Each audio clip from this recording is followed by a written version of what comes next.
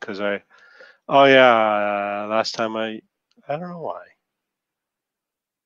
I was at the beach house last time, so I wasn't using XSplit, so I had to change everything. So, I had to change everything back. Ah, I see. Well, anyways, we're here now, and that's all that matters because Except, are we live yet? Yes, we are. Oh, okay. Except we need to find my sponsor. Hang on a second. Oh, your sponsor. Well, while we look for your sponsor, we're gonna do that thing that we do here. Or once again, we are live with another fun-filled episode of Insert Title Here. The show that changes the name so frequently, we put a placeholder in. Although, I think we've had the placeholder longer than we've had any of our show names that changed frequently. So, I don't even know why we have a placeholder. But anyways, there it is. We haven't figured out what to put in there yet. But that I keep having ideas, but by the time we get on the show, I forget what it was. We're working on it. Instagram from Facebook. Instagram for some reason. Facebook. For some reason, are an advertiser. I don't know why. Instagram from Facebook is the sponsor. Yes. So. Yeah. Do we have a show title? I didn't see a show title. Yeah. The show title is not that J Gatarz. See, I've realized I've reached a point in my life where I feel I need to specify this, just to clear up any possible misunderstandings. Oh, is there another one? Well, it's funny you should ask that question. That makes it a conversation, right? Yeah. Here, let me update my name on there. I am J, not that J Gatarz. Guitars. I could technically label myself like that. And this was actually going to be a show topic a few weeks ago, and I just never got to it. You're Johnny Gatarz. I'm Johnny Gatarz, but I'm also Jonathan Gatarz. But if you abbreviate my name to first initial last name, I'm J Gatarz. But I'm not that J Gatarz. I didn't know there was another one. Well, go ahead and Google J Gatarz. And what's the first thing that comes up if you Google J Gatarz? All right. DuckDuckGo, right? I'm using Google, but you could use DuckDuckGo and it should still work. And you should see. Did I spell it correctly? I mean, it's right on the screen. ARZ. Yeah. Okay. All right. And we'll do that search. And what's the first thing that comes up? J Gatarz and Sons. I didn't know you had children. I don't have children. Wow. It's at jgatarz.com. Yes, it is. They're very proud of themselves. Oh, on the job. As they should be. I'm sure they do great work. And I've been aware of them for forever. Quality family workmanship since. Ooh, they got a backhoe. Yeah, they get it a digging. And I've been aware of these distant relatives for since my childhood. It was mentioned because are they actually a distant relative? Well, all Gatarz are related somehow. Are they? Yeah, that's nice. I can't. Anybody in the U.S. that has my last name, is a relative that we know about. Although I don't know about all of them, but apparently there is this other family from Finland that is also related to us. I mean, is not related to us. That's not related to you. But that's only recent. You have relatives here. We're the first original ones because we got here in the 1880s. So you have relatives in Finland that are not related to you. Well, that have come here. Oh, okay. So yeah, that too. As far as I understand it, all the Gatarzes are related, but I can't tell you how. I have not figured that part out, and I never really. You're not into the whole family tree thing on Ancestry or whatever. Well, even when I do a little bit of searching, I can find different people's obituaries, but that only gives you Monroe, New Jersey. Right. I mean, they trace back to New Brunswick, New Jersey, so clearly they're related to me somehow. But I don't know exactly how. Now, the J Gatarz is John Gatarz. As I understand it, he's dead now. His two sons are running the business. One of them's named Dave, and I know that because one day I got an email with some invoice or information for Dave, and I replied back and said, "Dave's not here, man." And I because I was busy and feeling less generous that day. But a few weeks ago, I got an email from someone that kind of said, I pulled your company information from our preferred vendors list. I work for such and such warehouse, such and such. We currently have several restriping, pavement, and concrete repairs needed at our building. And they needed some truck yard repairs around several drain areas ASAP. They needed the employee lot to be restriped, seal coated, and crack filled asphalt only. And they need a truck yard restripe, seal coat, and crack fill. But that's more slated for 2022. So I looked at this email and I thought to myself, well, I have two options. One, I could start an excavating company and take the job. Or two, or just use their license. You just rent some excavator and show up. Yeah, okay, just rent to do the job. If I show up to rent an excavator, we'll actually give you a 10% discount if you give us cash. I go to rent an excavator. They run my name through Google. They'll see clearly I know what I'm doing. I own an excavating company. I mean, why would anyone assume otherwise? But no, I'm not that J Gatarz.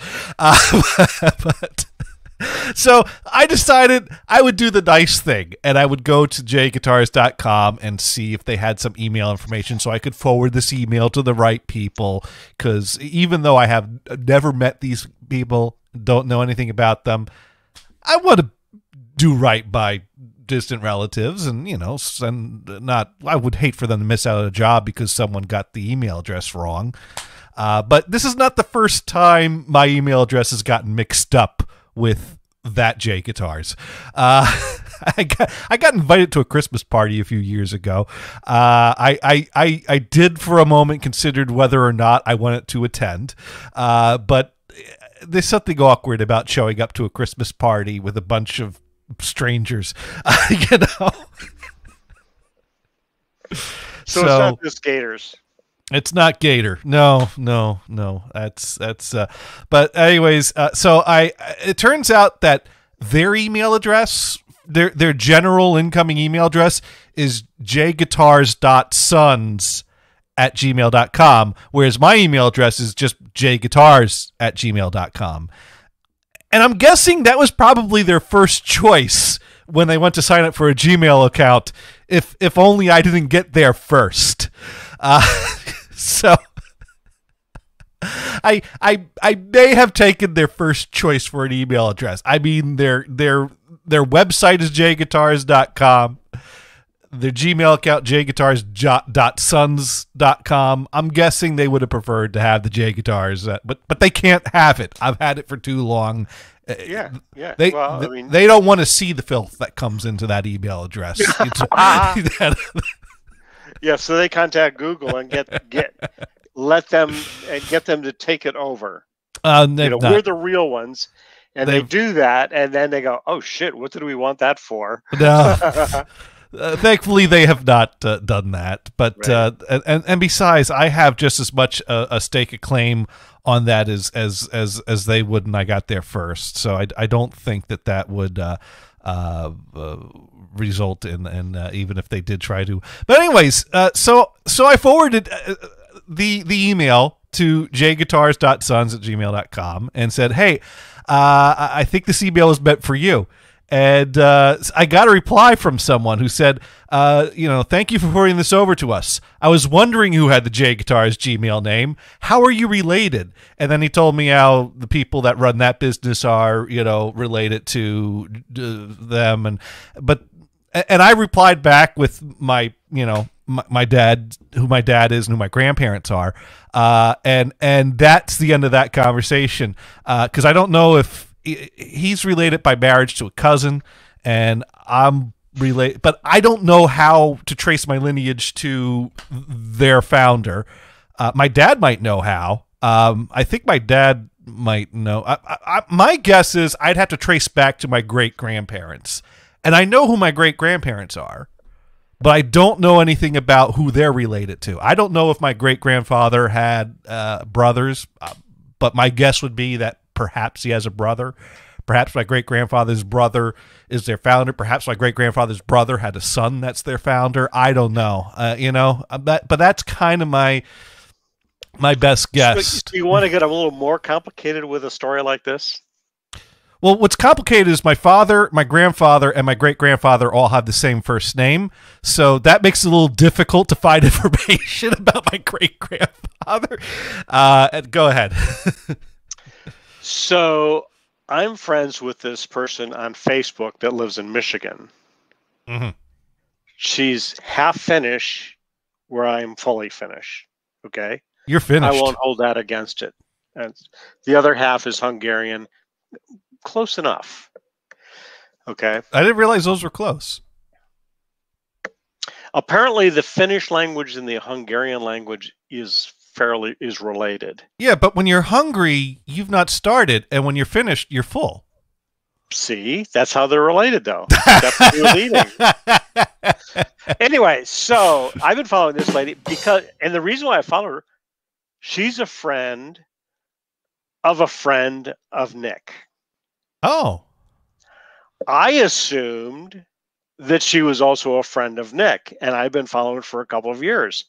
As it turns out, I mentioned, oh, yeah, did you see Liz post? Liz? Who's Liz?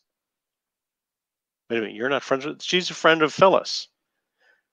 So, no, I don't follow Liz. It's like, shit, that's why I followed her. I was, I think, more interested because, hey, she's at least half Finn, and I don't know very many. And so you befriended a friend of a friend because she's half Finnish. Yeah. And I get that. I get that. We have different reasons. Here's the funny bit. In one of her posts, and also she said, hey, I recognize your last name. It's Finnish, because she was from the same area as my parents. Although she's now moved from the northern Michigan to the main part of Michigan. But she's still close to the bridge that connects them. Okay. Relatively speaking. I mean, in California, shit. Right. You go 4 hours and you're still in the goddamn state. Right. Anyway, so she recognized the name. So, okay, that's cool too, Then she has a number of posts, and I had posted some response. And this other woman said, hey, I'm related to you. It's like, really? Apparently she is related to, I don't know how many greats are involved, but like a great uncle of mine. So she had my last name back then, of course. She's a woman. She's married. So a friend of a friend of a friend is related to you. Correct. And I said, oh, okay, so we're outlaws then. Oh, because you're not in-laws. Something like that. Well, but we are actually related, so there wouldn't even be in-laws or outlaws. No, right? Well, if you're not in-laws, then to be funny, of course. Right, because you're not in-laws, so you're outlaws. Yeah. I get it. Unfortunately, I should have befriended that person just for the heck, see if she would accept. But I kind of didn't think about it that much, because, hey, that person's actually related. And I actually am related. I am friends with some people that are related on Facebook that I really don't know. I don't really talk to them, whatever, but I think, well, they're on the friends list anyway. Sometimes I go through a purge and get rid of people. Oh, and I found out I'm still friends with you on Facebook. Yeah, well, why wouldn't I thought I unfriended you. Why would you do that? Well, because we don't talk on Facebook. Well, we're still friends. Yeah, well. But you didn't. Yeah. But apparently I didn't. Maybe I just thought of it. I'm offended that you would, but I can't be that offended because you didn't. You don't post anything. You don't have any of your wonderful trip to this place. Well, yeah, but that's because my family's there, and I don't, want my family seeing everything. They don't. You don't want them to know that you went to Disney World? Oh, they know, but I don't post anything on Facebook. That's what I'm saying. So why would I be friends with you? Because we are.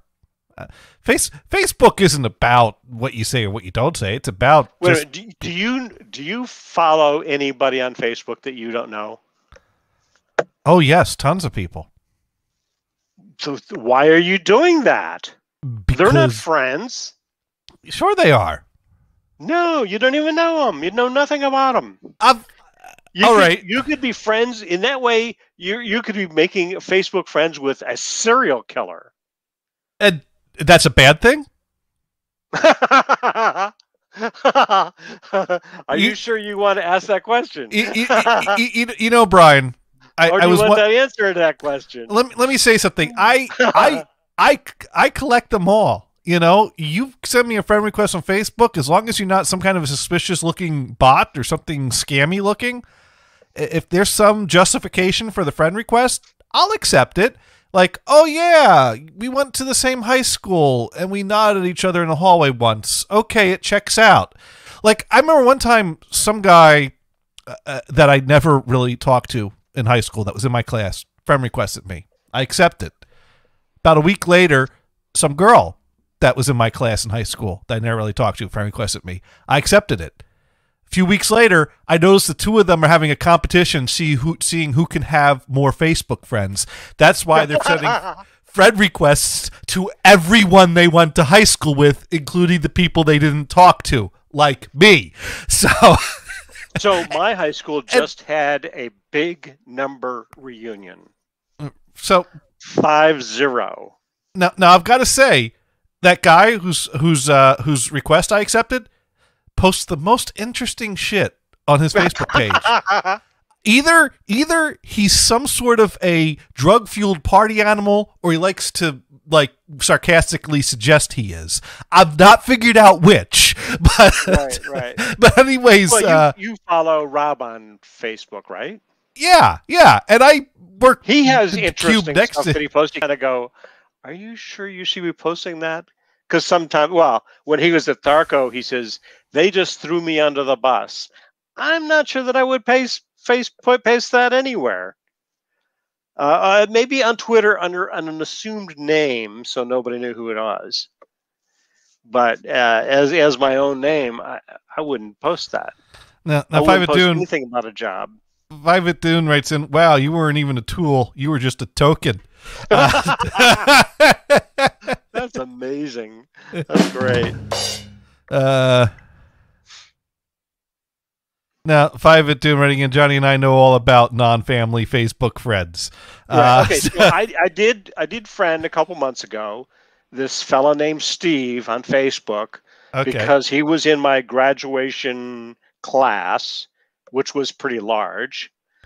And I did it because he was looking up information about and inviting people that are in the class to go to a class reunion, which was this past weekend.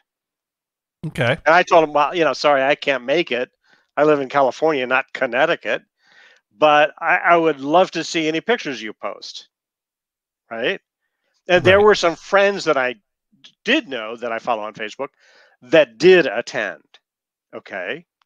And, well, those, like one guy, he didn't post any pictures. Apparently, he doesn't know how to use a cell phone. So anyway, so I followed this guy. I don't really know him that well. I kind of don't really remember him, but he was in this little click group that I was aware of, but never officially a member of. And the guys actually live in the Houston area. It's like, hell, shit, if those in Houston, I go see him. He works for a car dealership, and he's into Corvettes. Obviously, a General Motors type of guy. Okay. So you would approve of that. Well, since my dad they would. don't make T-birds. I mean, not T-birds. They don't make Thunderbirds anymore. Or Thunderbirds? No, that would. I meant blah, blah, blah, blah. They don't Firebirds. They don't make Firebirds anymore. Right, because they don't make Pontiacs anymore. Right. Right. And even a Chevy version of that they don't make. Well, that would be a Camaro, right? I'm not the right one to ask that. They're all cars to me. But that's right. No, that's right. You have a station wagon. You don't give a shit about a car. I haven't. The Taurus X I think qualifies as a SUV at this point, but that was because they stopped making station wagons. Are you making? Wait a minute. Are you in one of those? Well, yeah. Well, when I moved out here, they gave me my grandmother's car, and my grandmother's last car was a Ford Taurus X, 2008 Ford Taurus X, because she couldn't find another station wagon because they stopped making them. Yeah. So she had that, and so no one needed a car after she passed, and I moved back out here, and so they said, well, your car's getting kind of old. Would you like Grandma's car? And so I took it. So now I got a wagon and a SUV. You have two older cars that you need to maintain, spend money to keep insured, et cetera, et cetera. Well, do you charge extra for a AAA membership to have two cars? Actually, or the membership just cover any old car? No, I basically at this point I have on my insurance an added option for like motor assistance, so I don't do AAA anymore. Oh, you dropped AAA. You won't join AAA until you need them. Well, that too, but I don't think I'll need them because when I insured them here, I got a quote from Geico, and Geico actually like partnered with AAA, so you can get AAA as part of your insurance. And so when I went back to Amica and I said, well, I'm going to switch to Geico because they're cheaper, they said, well, let me run some numbers here. And I said, well, also they included AAA in there. And like, oh, we can include the same type of thing. We got our own, driver assistance program. And so I said, oh, sure, I had that on there. And they gave me a quote that was pretty much the same price as Geico. Might have been a little bit more. Okay. Might have been a little bit more, but I've been using Amica for years and years, so I stuck with them and updated that. That makes all sense. But I've not needed to test how Amica's roadside assistance works. But I do keep an old AAA card in my wallet because AAA will gladly sign you up for a member while you're on the side of the road needing their assistance. And when you sign up, they will ask you, do you need help right now? Yes. Okay. We'll transfer you right over. So yeah, I've done that where I let my AAA membership lapse. I don't renew it for like 3 or 4 years. Yeah. And then yes, they do charge you. I'm surprised because like with different insurance plans, okay, we got you signed up, but you're not going to file a claim for at least 30, 60, 90 days or whatever. No, what AAA does is they do charge you an extra fee the first time you sign up that they don't charge you if you renew. So that's where they get. Okay. But how much, I'm curious, how much was that? Something like 20, 30, something in there. It wasn't super. Now, if I broke down once a year, that would add an extra fee every year. But I have never signed up within the same year of letting it lapse. It's always been multiple hopefully you're years. Not breaking down that much. All you do have two used old cars, up cars. Well, actually, the 2008, the 2008 is still under 100,000. I'm pretty sure. Or actually, I think it recently crossed 100, but it's still in good shape. Well, but it's also over 10 years. Yeah, but I've had the belts and the hoses changed. Yeah. And the thing is, in fact, I had a Ford Taurus, and I bought it used. Yeah. And it was okay. Well, okay, the tires that came with the car were shitty. They were Firestones. It felt like I was riding on square wheels. You're going to have to buy new tires at some point anyway. Eventually buy some new tires. Yeah. And then, in fact, I got a ding. Okay, so I had a little hail damage. Okay. Because got caught in a hailstorm. Then I got hit by banged by a truck, not severe. Okay. So I went to, of course, their insurance is paying for that. So I went in to have that fixed on their nickel. And I says, oh, by the way, see, I got these two door ding here on the roof from hail. I mean, they were like size of a silver dollar. And the guy says, no, you don't want to do anything about that because you're going to replace this car soon anyway, because the air conditioning in these cars don't last very long. So within 6 months, I replaced the compressor. And then within 6 months again, I replaced the condenser. That was combined like $1,200. The guy was totally right. Although I should have got rid of the car before that was a problem. But well, I mean, but then I would have other things that go on, and that's what you get up over about 80,000 miles, and you start having problems like that. Well, I gotta say, I mean, we were in Houston, which means it's not called air conditioner; it's called a life support system. That's why NASA is based in the Houston area, because they know all about life support. Okay, that makes total sense. Total off the wall sense. But yes. Well, yeah, I mean, my 2003 Taurus is still going strong. Now, mind you, I've had a lot of work done on it. Although that's right, 2003. Yeah. Yeah. Now, yes, my air conditioning is still working, and I found a cheap way. A less expensive way of maintaining a car's air conditioning unit. You have it break down when you're on your way to Dune's house, and then and then you ask Dune to fix it. Sweet. I just had to pay for the what is it, the Freon? No, I didn't even have to pay for the Freon. Dune knew a guy that had Freon, and I just had to get the part that holds the Freon. I guess that's the compressor. So I bought a compressor. We watched a YouTube video about how to change the compressor, and Dune changed. Nice. Dune changed the compressor. I held the flashlight, and then we drove it to the guy's place. He put the Freon in it, and it's been. And he didn't charge you for it? He did not charge you for the Freon. I just had to pay for the compressor from the auto parts store. Yeah. The nice lady behind the counter was chewing tobacco, so I knew I was in Kansas. So.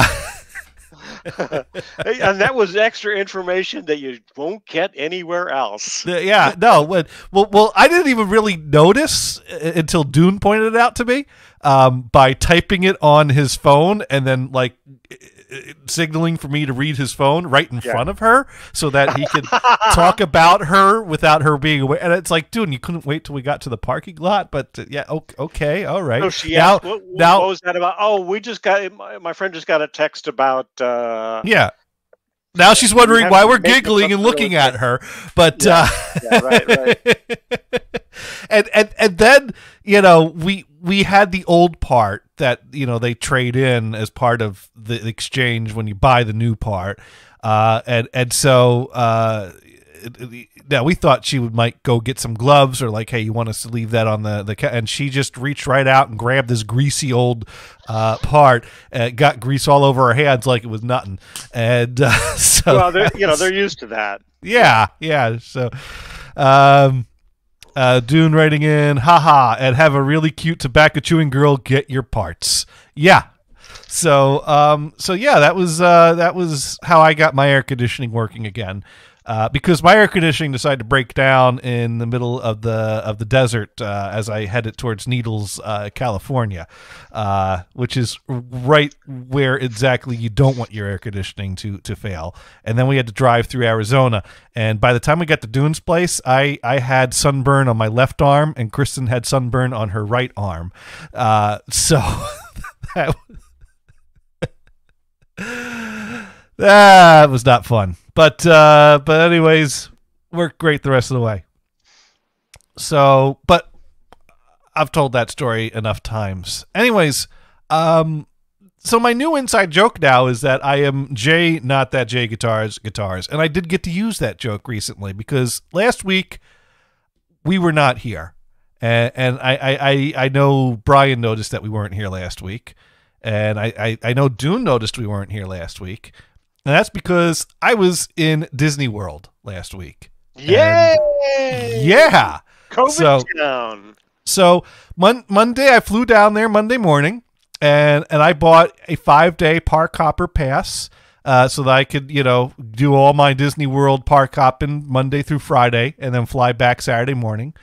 And so Monday I go to the Magic Kingdom to go get my passes, and I go to the gate and I say, how do I get my tickets? Do I I have the app, I've signed into the app, but is the ticket on there, or do I need to? And she goes, well, what's your reservation number? And I'm like trying to find the email. She's like, never mind, we can look you up by name. So she calls a guy over who's got like a tablet and goes, all right, what's your name? And I said, well, I'm Jonathan Gatarz, but I'm not that J Gatarz. And he kind of, didn't even notice the comment. And so he's like, how do you spell what? Yeah. And I spelled guitars for him, and he typed it in, and he said, wow, that's a real last name. And I thought that was funny. And Kristen thought that was really funny because Kristen misheard him and thought that he said, wow, that's a real last name. And maybe that's what he really said. Which is typically what a Disney cast member will not say. Yeah, right. And so we're walking away, and Kristen's like, I can't believe he said that. And I'm like she's giggling about this. I'm like, what? Are you? By the way, are you familiar with Disney Downtown in LA?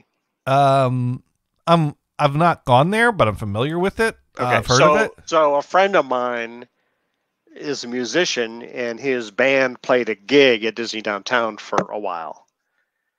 And you've got pages and pages of rules that you have to sign off on. And I'm sure, now he didn't mention what words you can and cannot say, but he did mention a few things like you cannot have a water bottle sitting on stage or you're out of there. Huh. The presumption is that water bottle's got something else in there, and you're not allowed to be drinking alcohol either. I see. So but they have a very strict rule protocol. So how do you get beverage? You would get beverage either completed or have it hidden behind stage. It just can't be visible on the stage. Oh, so you can drink. You just can't visibly. You just can't be seen with a drink. Because like one year I didn't know what to get my sister for a birthday gift, and I shopped around and I found just the thing that I knew she would love, and sure enough she does. It's a flask that looks like a tube of sunscreen.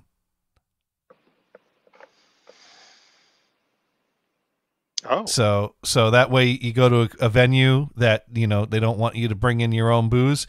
You just put your vodka in the sunscreen tube, and when they search your bag, they just see a tube of sunscreen, which is completely reasonable. Why would they even check that the sunscreen is non-alcoholic? Right. But yeah, so I had a great now, Brian, when have you last been to Disney World?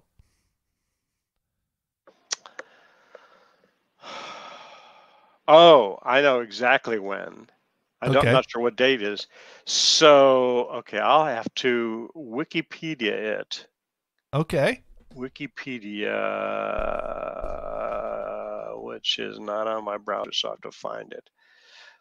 Wikipedia.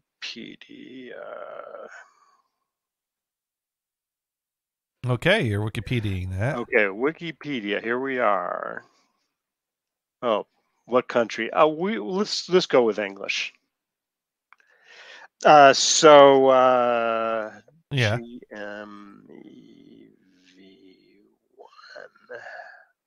Okay. All right. So it's been a while. And Wikipedia tracks. Oh, I pulled it up Disney. On the wrong deal. Okay, so I should have put it on my tablet where I have the Walligator. That's because I'm acting like Walligator. So the EV1, this is General Motors' first attempt at an electric car, was released in 1996. Okay. and that's when we went to Disney World in '96 because they had a static display of one of those cars, and you could actually sit in it, and it was fired up, but it was on a treadmill, so you could pretend like you're driving it, but you're not going anywhere. Oh, that's interesting. It was kind of cool, but not really cool enough. They should have had a space for the track that you could actually drive it. Well, one of the popular attractions in Epcot is the test track ride, which they've revamped since the last time I was there. So that was cool. Was this run by GM or what? Yeah, I think yeah. Do you remember what cars they were showing? That's right, you don't give a they weren't showing any station wagons, were they? Well, they have this computer system where you can design your own car. And you designed a station wagon. And no. Oh man, no. Or you wish you did. Damn it. My design was a slight improvement to the Homer, the car design for Homer, by Homer. But anyways, okay. If you remember that episode of The Simpsons, actually, I don't, but that's a good idea. No. Yeah, well, Homer found out that his brother owns like a car plant and is wealthy and whatever, and so the brother decides to let Homer design his own car, and Homer designs this awful car that basically ruins his business. But anyways, now Dune pointing out those EVs got towed all the time. They had really bad range. Well, I mean, yeah, we've come a long way since the 90s. Well, it was interesting. GM did not sell any of them. They rented them out. And when they decided, this is just too expensive for us, they recalled them. So most of them went back to GM to be dismantled. So if you somehow still have one, you probably got it from a junkyard that was not that bad, and it was fixer-upperable. That would be a very rare piece. Although I don't think people want them. You know, it's not like you have a DeLorean or something that's cool. Right. Although DeLoreans, I think, also break down all the time, as I understand it. Of course they do. Yeah. But since they were in that movie, they're cool. Right. Doing Ready Again. Yep, the only ones left were Lost. But no, but anyways, so yeah, no, I gotta tell you, I had a great time. I was told, I was actually kind of a little worried about, basically, we've been all, kind of trapped indoors for much of the past year or so, and we get vaccinated, things are just starting to get back to normal, and my thought is, oh my God, I could go someplace. But I don't vacation a whole lot. I mean, when I lived in California, my idea of vacation was taking time off to get back to the East Coast to visit family, which I enjoy. But I only took 2 vacations in California that were not family visit related, and that was the time that Chris and I drove down to Anaheim to visit Disneyland, which was worth doing once. But let me tell you, Disneyland versus Disney World, it's no contest. Disney World, hands down.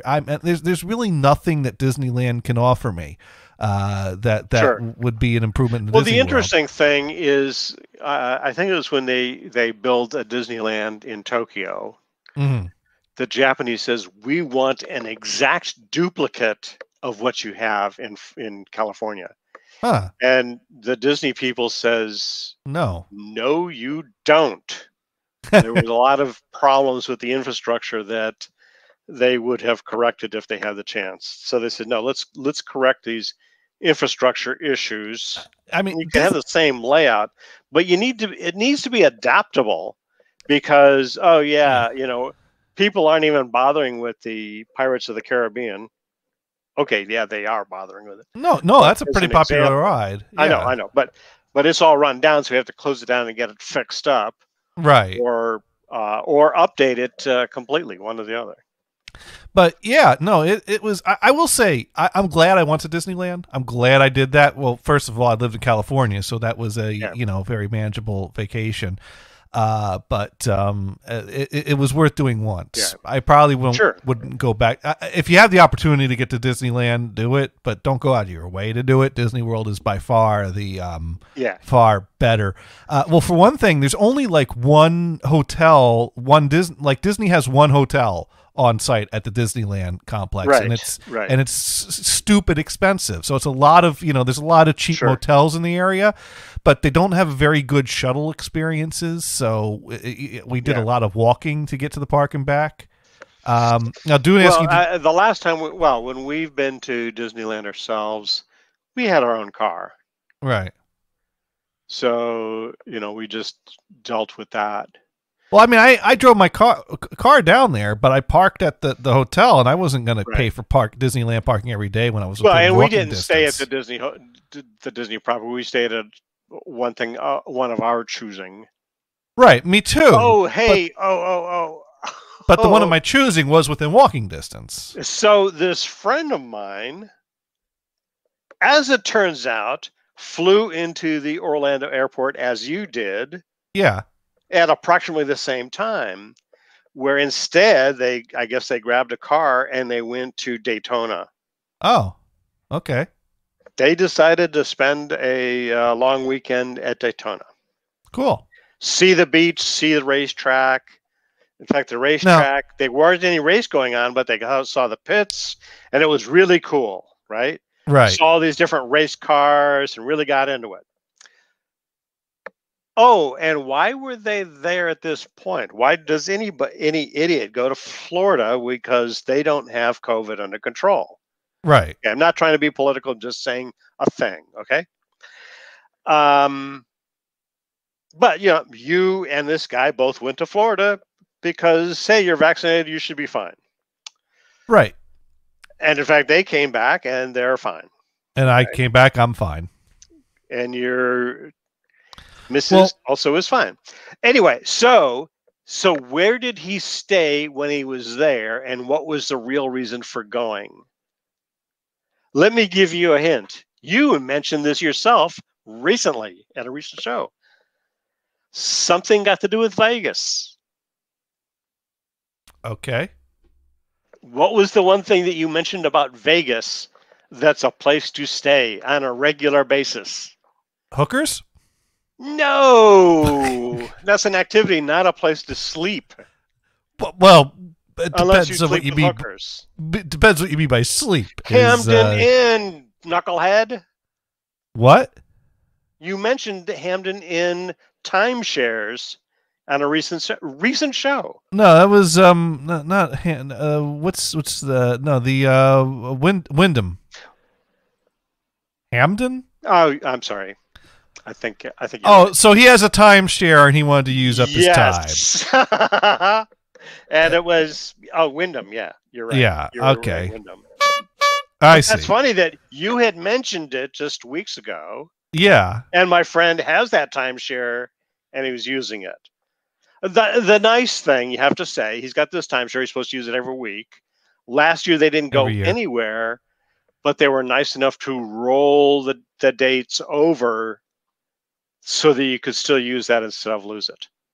That's what I've always hated about timeshare. Hey, you've got to either use it or lose it. Well, in this case, they let them roll the time over. Now, Dune's asking if I went to Universal. Now, when I went to Disneyland in California... Thanks, Dune. I was going to ask that question, too. Go ahead. When I went to Disneyland in California, since I was doing that on my own time, and there's only 2 parks in California... It's not your own time when you go to Disneyland or Disney World? Well, when I went to Disney World, I stayed on the resort with the resort thing and relied on resort transportation. But that's on your money, though. Right. No, can you just understand what I'm saying and shut up? Can you just understand what I mean? I mean, this Disney trip, I would have had to have rented a car or relied on Uber. So what you meant to say, not that it's your money, is just in California you had a car. Right. I drove down with my car. You did not get a car. in California, I drove down with my car. I stayed on a non-Disney motel, and Gotcha, booked things there. So part of that was I just I drove my car to another motel that was close to Universal. So in Orlando, right? Continue. I didn't have a car. You stayed at a place that could give you the ride to Disneyland, and the fucking bastards won't give you a ride to Universal. I stayed at a Disney resort, and they don't have a shuttle to Universal. No, they got shuttles to everything in Disney. Why would Disney have a bus take you right to their competitor? And Universal didn't have a shuttle. They would go to the facility at a Disney facility to pick people up. I think Disney would have to let them into their resort. Look, and I didn't even research that option, but I mean, I could have done it, but it just seems here's the thing. But I mean, it makes sense that. Oh yeah, you're not going to do anything good for your competitor because we're fucking assholes. There is so much to do in Disney World. I didn't even think about, I mean, I kind of had a thought of, well, could I do, I'm like, no, there's enough to do at Disney. I don't need you. No, and I agree with that. In fact, if you were going to only be there for a couple of days, let's see, you've got the main Disney property. Well, you could get into Epcot, that. You've got the Animal Kingdom. I got 4 parks on the Park Hopper, and I could have done more if I wanted to. But sometimes you say, "Hey, I got to come back to do this other park." Now, mind you, right? I went to Universal in California, and the thing about that was I planned to do 2 days at Universal because when I bought the pass for Universal, it came with the second day free. And we went to Universal. We did everything in the day. We went back to the hotel room, and this was after we spent, time at Disney and then the day at Universal. And by this point, Kristen and I are kind of beat, and we're like, the only thing we could do to go back to Universal tomorrow would be to redo everything we just did today. I'd rather go home.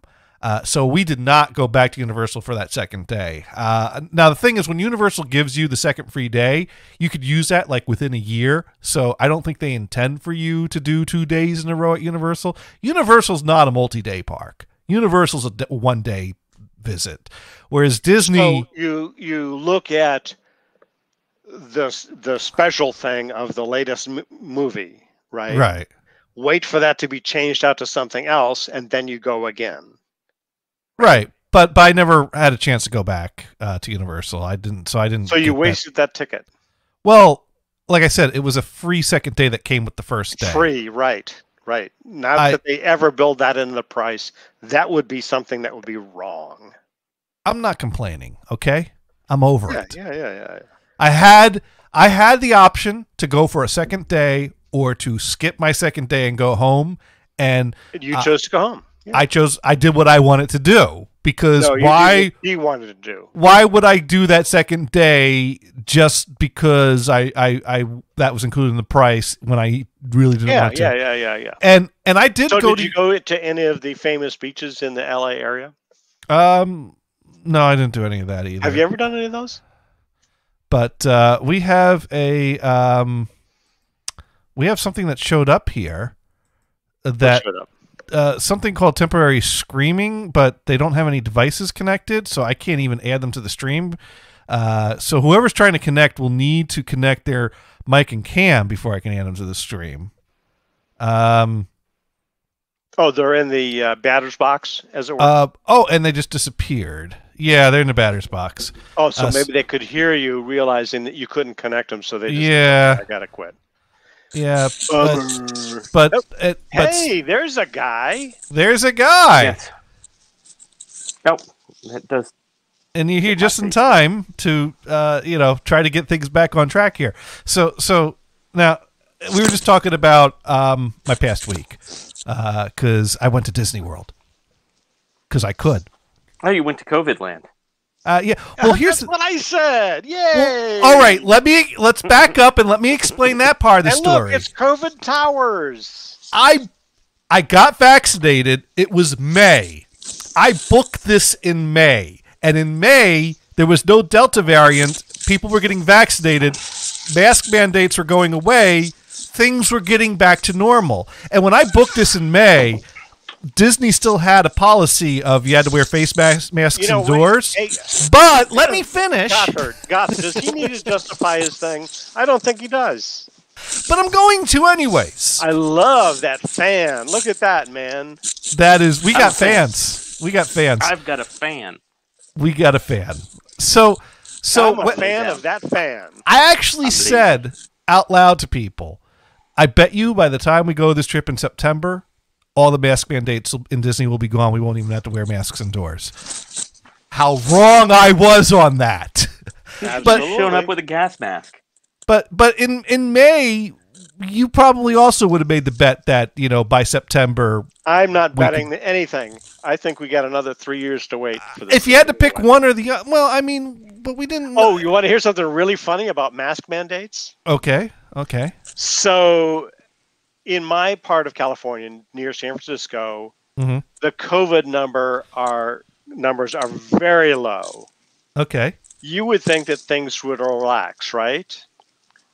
Well, my county, which is in the East Bay, just said, and this started last Wednesday, oh yes, because our numbers are very low, you'll have to bring your Vax card to indoor meetings.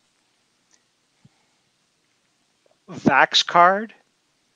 Yeah. I think I'm going to bring my sage and my wooden stake and mallet and my Lucky Charms and my St. Christopher medal because I don't know what else to do with it, and I'm not Catholic. Well, and St. Christopher is actually a myth. I got to bring all of these things. Say again? What's a myth? St. Christopher. He didn't really exist. He's mythical. Oh no! So we're gonna have to put post on Wikipedia's entry on St. Christopher. Liar, liar, fucking pants on fire. I'm pretty sure it's come out that he's not. Let's see. Here we go. Is Christopher still a saint? You can relax. Christopher is still recognized as a saint, and as the patron saint of travelers, the Catholic Church has a worldwide calendar of saints. Let me clarify. There's a calendar? Oh yeah, every saint has. I don't know how it really works, other than they nominate somebody to be a saint, but every saint has a day, and so there's something like I remember when I would go to Catholic school. Every for some of my grades, when we got to religion class, the first thing we did was copy down from the blackboard that the teacher written on what the feast day or saint day it was that day, and a little explanation. And we had to keep a notebook of all those things, which basically just copying was on the. So yeah, no, the Catholic calendar has saint days for all. Every saint's got a day. Oh, okay. Oh, so that's a calendar of the designated day for each of those saints. Right. I gotcha. Let's see. It's still on the calendar.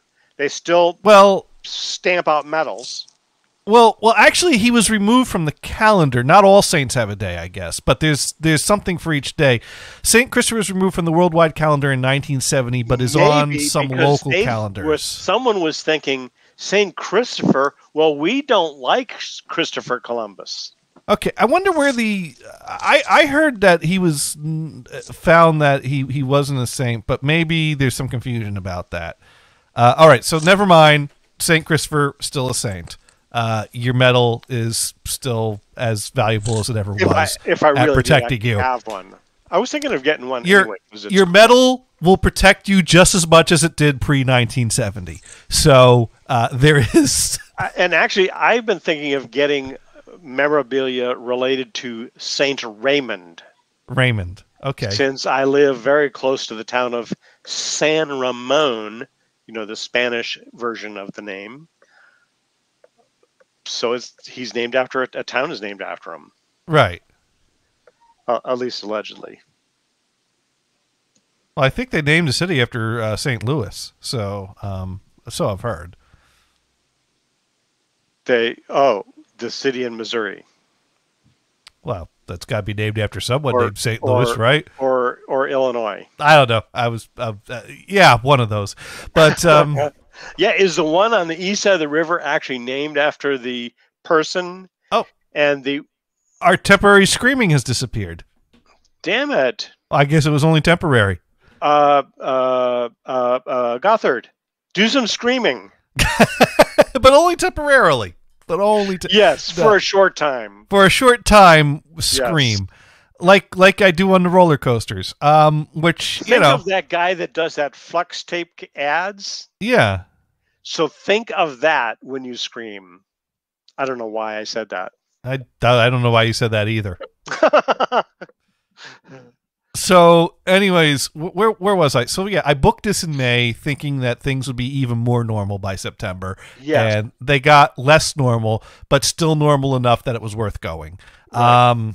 I'm vaccinated. I'm not worried, and I have no problem wearing masks. But I will say, I really think that the ride camera photos industry has taken a huge hit in this, because who wants to buy a photo of themselves wearing a mask covering up their face on a roller coaster?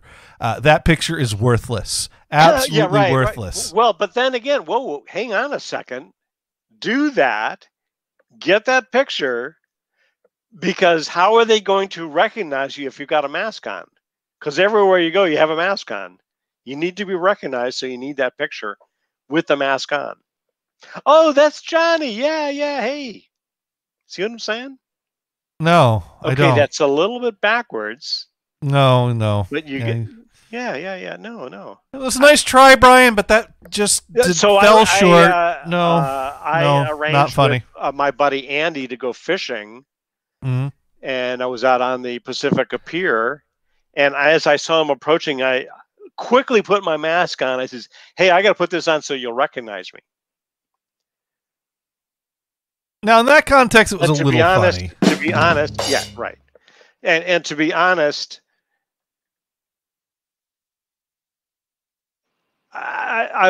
if he was still wearing his mask, I wouldn't have recognized him. So I kind of had to have it both ways. Yeah, no, it's kind of like, I've been going to the UPS very frequently to ship laptops to people, and so and ever since I've been going there, I've been wearing a mask, and they've been wearing masks. So I probably like we recognize each other, but once they lift this and we take our masks off, we're probably not going to recognize each other. Yeah. Although actually that's not all that true, because actually for a period of time I did take my mask off. The mask mandates went away. Things are starting to return back to normal. And in fact, there's still not a mandate here. Now, there's mandates in Boston, but I still don't have to put a mask on to go into the grocery store. They highly recommend it, but it's not a mandate anymore. Although, who knows? I mean, some areas I went to are bringing it back. Place in Monterey a week ago, but when I was last there, and I was a little surprised that they didn't, the people behind the counter didn't have masks on. But all the customers that came in, which was one other guy, had masks on. I mean, the reality is that I recognized who the people were without their masks, but I was a little surprised because I was filling in a blank for so long that it's like, that's what you look like without your mask. I didn't realize how much I didn't know their face looked from, all these months of not seeing that part of their face. So there's something there. Anyways, what was I going to talk about at Disney? Well, I mean, I gotta say, so I did. I also, another reason I didn't do Universal was back a few years ago when I had that business trip with Enternock to that Microsoft convention down in the Orlando area. They did a Universal visit, a free Universal visit for everyone that attended that one evening. And so I had gone through the Universal Park, and it was okay. I had fun, but I got to tell you, Disney's better. That's just my opinion. Well, it kind of look at it, if you go, you look at them. Okay, what movie are they doing? What particular theme they can do? I mean, now Disney has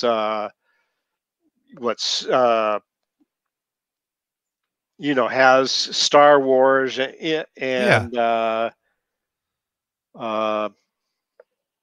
The Harry Potter stuff. So anyways, how is the most of? Hey, there's our most of. Hey, there's our screamer back. So how are things in Maine? They're okay. Could be better. Cool. Could be better. Well, we have rising COVID cases amongst all the bourgeoisie that are like, it's a trap. It's a trap? Mm-hmm. It's a face trap. It's a hoax. It's a hoax. It's a hoax. All the people dying, hoax. They're not really dying. No, it's basically if I need help because I'm dying of a heart attack, I'm going to die of a heart attack because there's no room in any of the hospitals now. Right. Well, yeah, that's also a problem in Idaho, entire state, and Alaska. Well, depending on the type of heart attack you're having, you either want to take an aspirin or not take an aspirin. That's about the extent of my knowledge. That's about as much help as I can offer you. So you flip a quarter, heads I take it, tails I don't take it, and hopefully just take it. What have you got to lose? Just take it. Right. But other than that, everything's peachy keen. Yeah. Well, actually, the numbers in Singapore have been extremely low all along because they took the government took everything very seriously, although they have been having a surge just recently.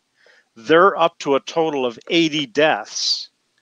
And the last two that died were older people. One was like 88 or 89. The other was... No, I'm sorry. It was like 78, and the other one was 80, something like that. They both died, and they were both vaccinated, which sucks. That sucks. COVID. Yeah, and it also depends upon which vaccine you got. Yeah, and the article didn't say so. The latest news is this: if you got the one shot from Johnson & Johnson, get the other one. Because it's good, but you really should have two. We were kidding. And then the next one up is Pfizer is the middle runner. Yeah. You'll get a booster. And the best one is Moderna, but you can't get a booster for it. I got the Moderna, and so I'm maybe in a month we'll get a booster. The equation is that they're saying is if you got Pfizer, it's like a hammer, and if you got Moderna, it's like a sledgehammer. Well, there you go. I felt like I got hit by a sledgehammer. I mean, when they first were doing the vaccinations, I mean, the numbers sounded very close for Moderna and Pfizer that I felt like it was like not that much of a difference if you got one or the other. Now, the J&J, I don't understand why anyone would want that one because it's like, what, like 50-something% effective versus 90-something? The thing about the Moderna and the Pfizer is they both go off this new idea of kind of similar RNA based vaccine as opposed to the traditional bit of dead virus used as a vaccine. Right. So the Johnson & Johnson is more homeopathic, and it's more the traditional type, but it's not as effective. And they're finding out it's not as effective. But the worry for a lot of people is these new ones it's a new type of, vaccination that hasn't been fully tested. The RNA approach is, about a dozen years old? I mean, it's not like it's brand new. I mean, that's the reason they were able to come up with it as quickly as they did was because there has been a lot of previous research that got them to the point where they were ready to take this to the next level.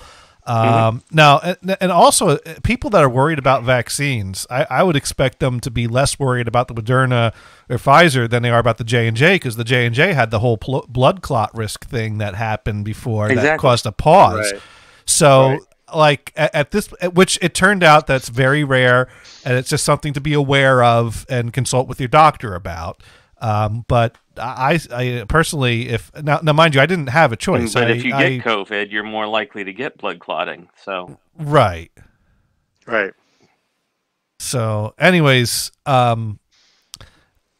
don't even know what I would have done if I showed up and they said, "Well, it's the J&J or nothing." Would I have gotten the J&J, or would I have? I mean, I would have started like looking into, do I have an option that I could wait for the better one? Because personally, I didn't care if it was Pfizer or Moderna. I would have taken either of those, but I didn't want the J&J. Right.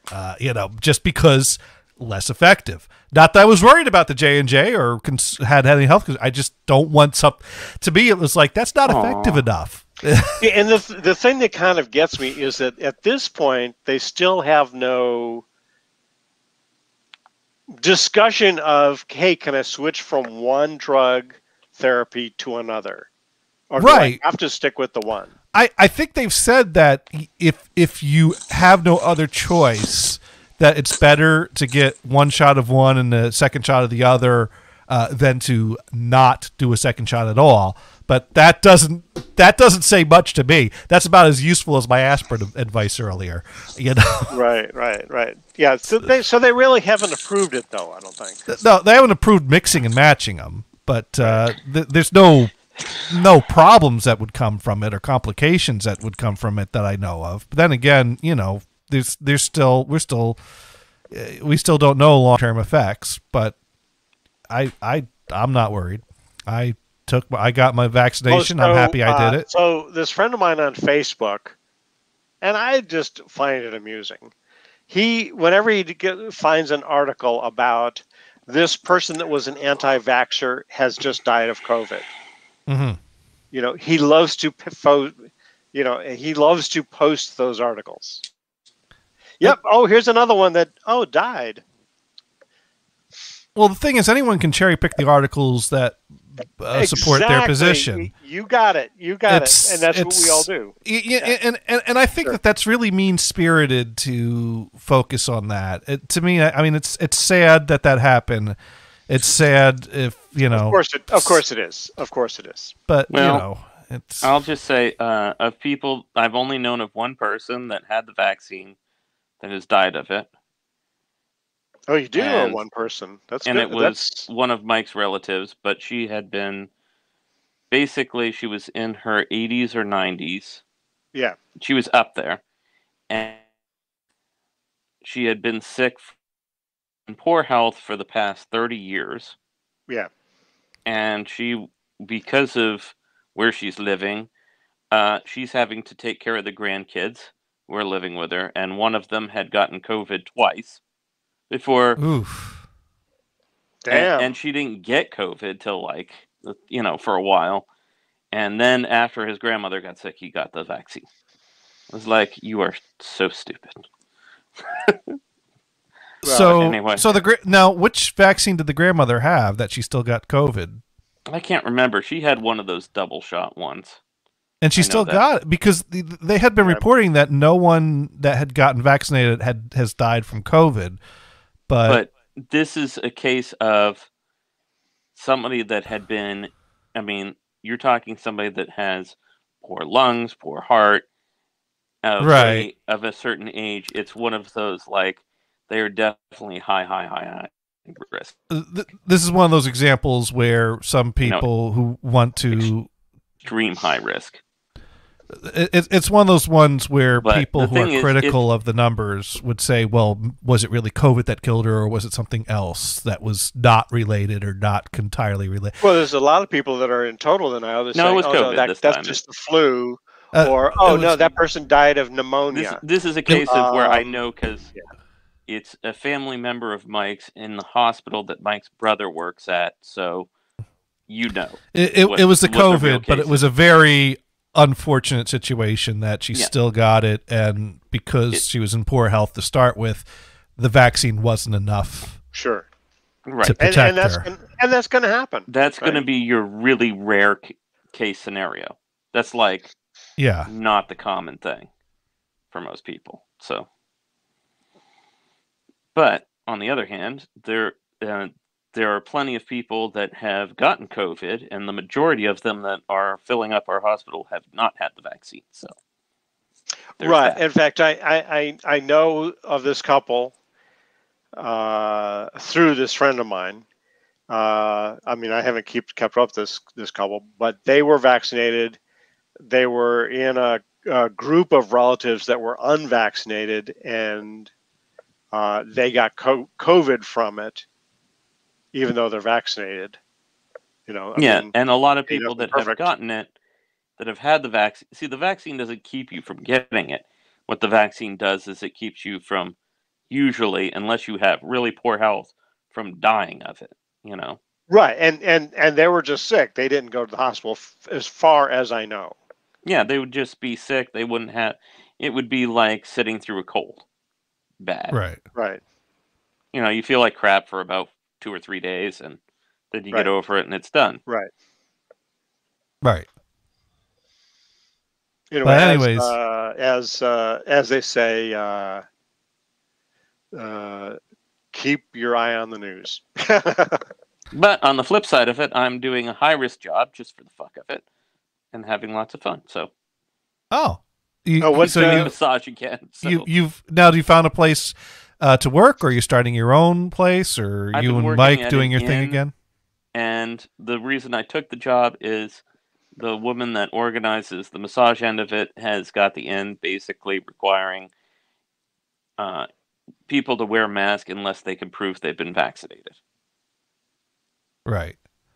So in that case, they have to show a card. Which unfortunately, it's very easy to prove you've been vaccinated, even if you haven't been. But it's still better than not requiring anything, right? Because for the most part, the people I've gotten are all from like Boston or New York City, or someplace that's like everyone gets it because they're in a highly will go up to Maine area to get a massage. Well, they're on vacation. They're on vacation. It's vacation. It's at an inn, so they're already like. So yeah, they're going up to. So they are going up to Maine to get a massage. Yeah, it's a massage capital of the world. See the shore and the Maine shore, and get some lobster and get a massage. Yeah, get the lobster. See the lovely views from Acadia National Park, and yeah. And a lot of times, I've had 2 sets of newlyweds. So there's that too. And they're doing couples massages? Yeah. The place that I'm working at, the rooms aren't big enough to do couples massages in the same room. So it's either you do 2 back-to-back, or occasionally there's another massage therapist. And, one person in one room, and, we each take a person and do it. But I don't know. Couples massage, I find it weird, like, people would be like, I want to hold hands while somebody rubs me down. Yeah. To me, my idea of a couples massage... My idea of a couple massage is the couple massage each other. But that's just me. But sometimes a couple wants to, but then again, if you want a professional massage and you want to do something with your partner, I guess you could hold hands while being massaged. The nice thing is this is one of those places where what they pay me per massage is about $20 less than what I normally get for a massage on my own, and the average tip is about $20. So I'm getting about per massage what I would get on my own. What are your expenses, though? What are your expenses? I don't have to buy anything. I just show up. I don't have to pay for lotion. I don't have to deal with the table. I don't have to pay rent. So that works out pretty good. It's been a good deal. A really sweet deal, but it's only a summer thing. And every day I have to look how many clients are going to get in the rest of the year when you don't have the tourists? No, the place closes on the 23rd of next month. So, well, but I mean, if you're on your own, I'm not going to get many anyway. So unless I have some local people that I've got regular, which means you'd be throwing rent money down the toilet. Yeah. So this is a better situation all around. It is a good situation. Yeah. Right.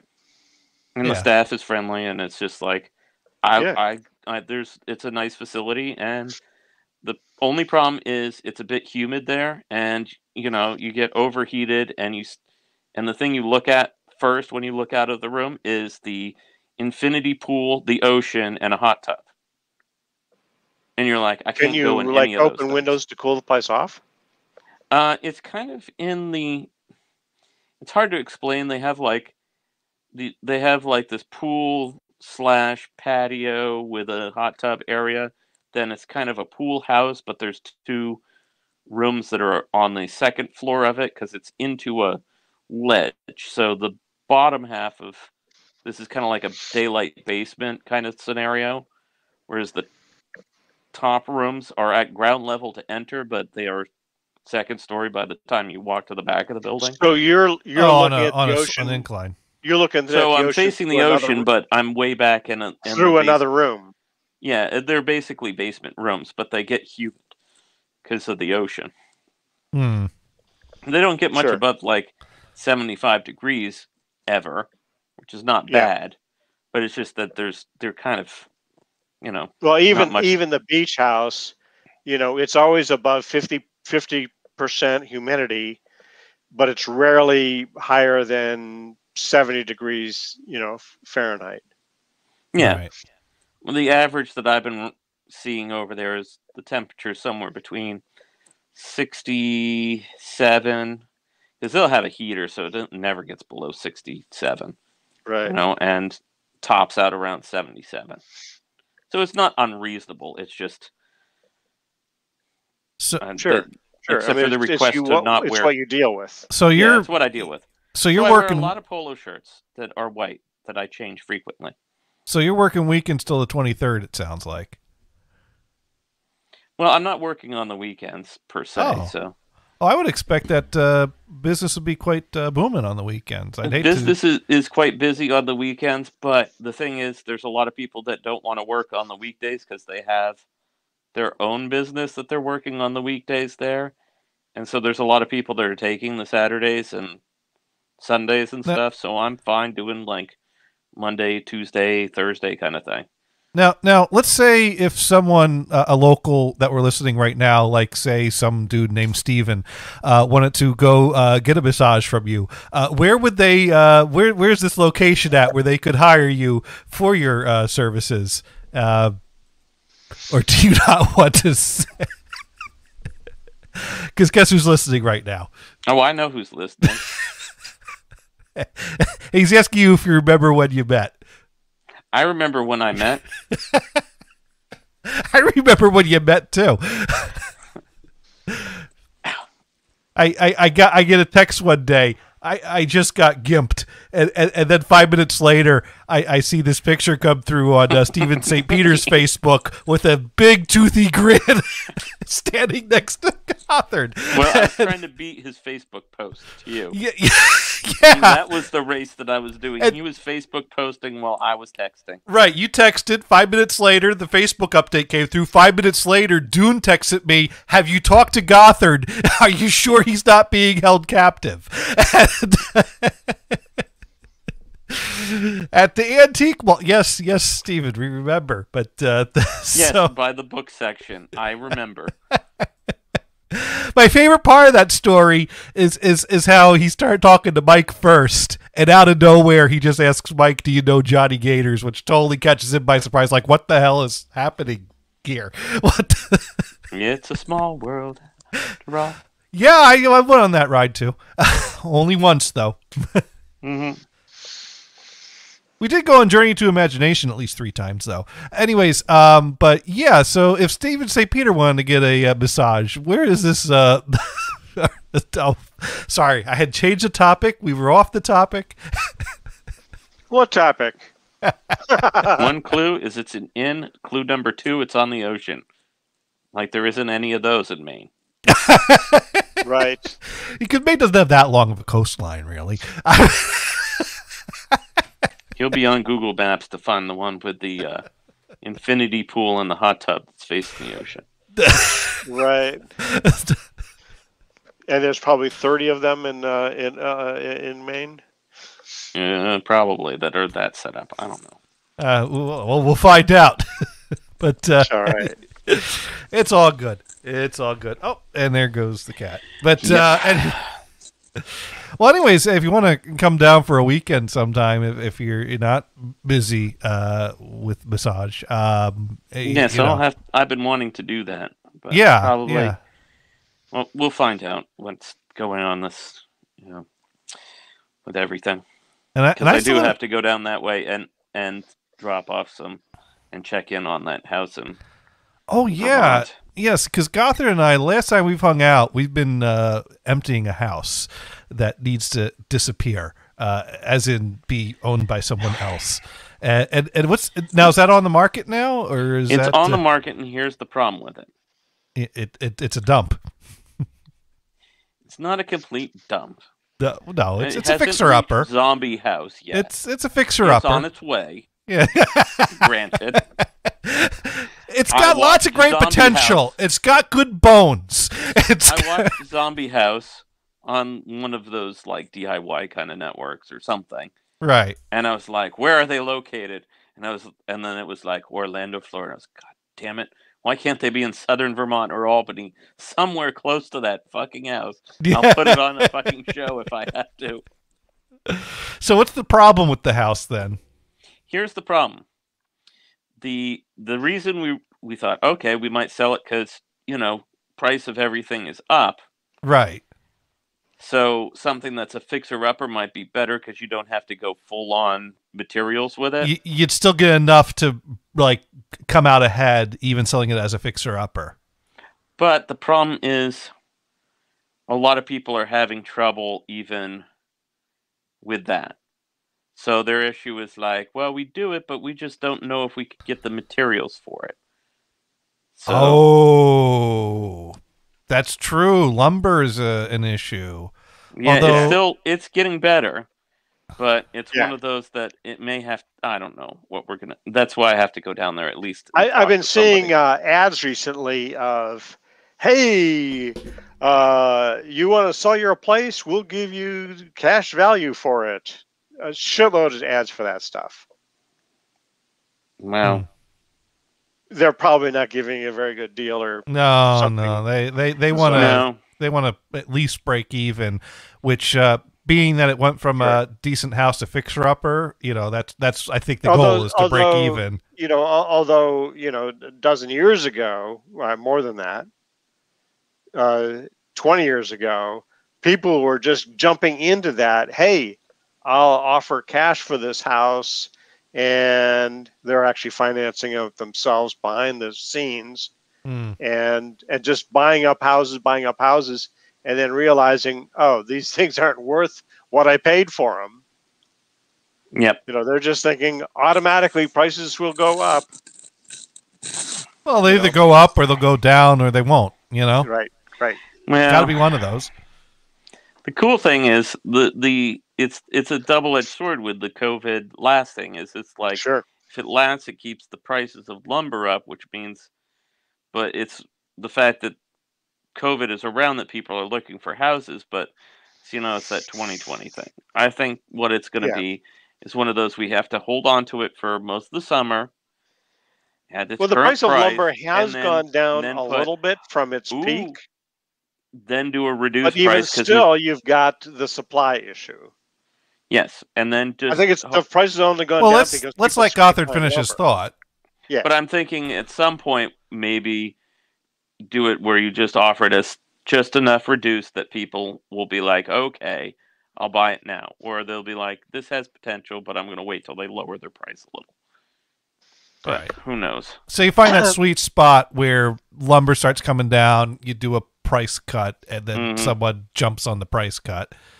There you go. I mean, that's what would it take? Just not to get too personal about it, but what would it take to make the house livable? In other words, you're not selling a fixer-upper per se, but it's fixed up enough that people would, I could live there for a while. And then as things go down, they buy into it. There's some water damage to some ceilings and floors, I believe. Is that just drywall? It's basically drywall. Some of it's probably lath plaster in that house because it's old enough, but you fix it with drywall. But I mean, theoretically, it wouldn't be that difficult to fix up. I mean, probably don't even need the lumber. No, a couple of sheets of drywall, maybe, or even just patch it.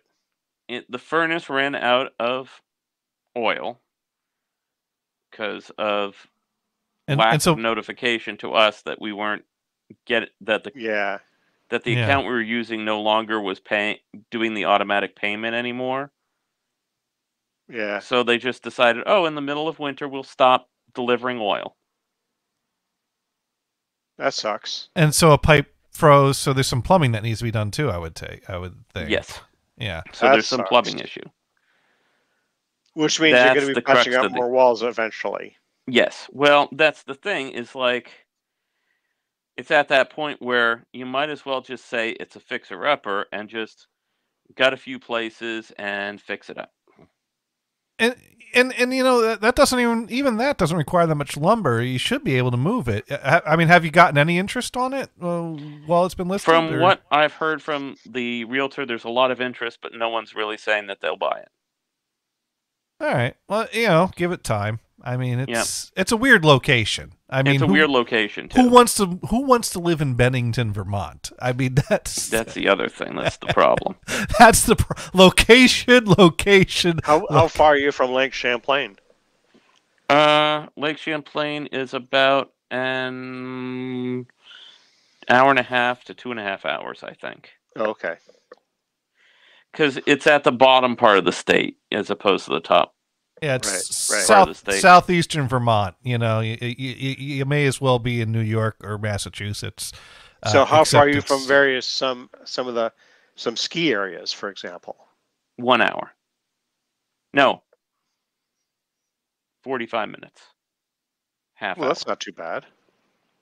Because Bromley is the closest one that would be about a half hour from there. Yeah. Easy access to that. But most people want to buy in Manchester for that. Right. I mean, the house is laid out with some quirks. Like, it's got a master bedroom on the first floor. Yes, that's the thing that's weirdest about it.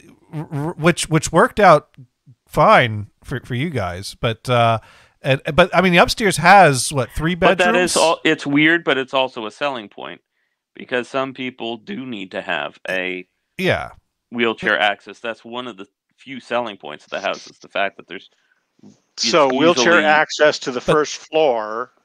It's very easy to convert to wheelchair accessibility. Right. There is like one step in the mudroom up in, and there's like another step from the outside, but those are like easy to build ramps. 2-inch ramp. So my place in Houston was a 2-story. The master bedroom was on the first floor, and the other bedrooms on the upper level. And the upper level also had a great room, which was a way to get into the 3 bedrooms were up there. And 2 of the bedrooms shared a Jack and Jill bathroom. Yep. That's a dated feature. A bathroom with multiple entries is kind of an awkward feature these days. It depends, right? Depends if you want that or not. When I see that, I know I'm in an old house. I know we didn't occupy that room as those rooms as a bedroom. You know, one was a sewing room, and the other was one was a guest bedroom, which was rarely used. But it wasn't really fully furnished as a bedroom because my nephew visited and he used the virtual dresser. In other words, he threw stuff on the floor. Yeah. But yeah, I mean, other than that, that's fine. But there is plenty of room upstairs that you could really, what somebody should do is,